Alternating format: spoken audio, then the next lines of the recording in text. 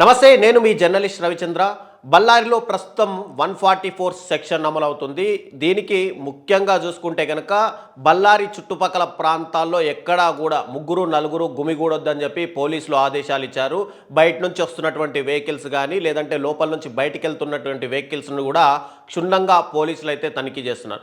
దీనికి ముఖ్య కారణం ఏంటంటే ఈ నెల 3వ తేదీన బళ్ళారి సెంటర్లో మహర్షి విగ్రహావిష్కరణ ఉంది. దీనికి సంబంధించినటువంటి కార్యక్రమాన్ని లోకల్ కాంగ్రెస్ ఎమ్మెల్యే భరత్ రెడ్డి అనుచరులందరూ కూడా దానికి సంబంధించినటువంటి ప్రోగ్రాంకి సంబంధించినటువంటి బ్యానర్లు అటు బళ్ళారి ఏరియా చుట్టుపక్కలంతా కూడా కడుతూ వస్తున్నారు. ఈ క్రమంలోనే బళ్ళారిలో ఉన్నటువంటి అహంబావి ప్రాంతంలో గాలి జనార్దన్ రెడ్డి, ఇక్కడ ఆయన గంగావతి ఎమ్మెల్యేగా ఉన్నారు.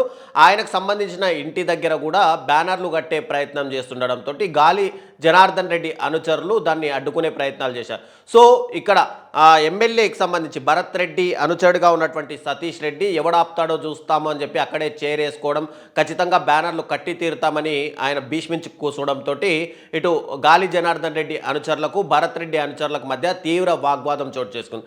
అదే సమయంలో గాలి జనార్దన్ రెడ్డి అక్కడికి రావడంతో ఆ పరిస్థితి కూడా తీవ్రంగా ఉద్రిక్త చోటు.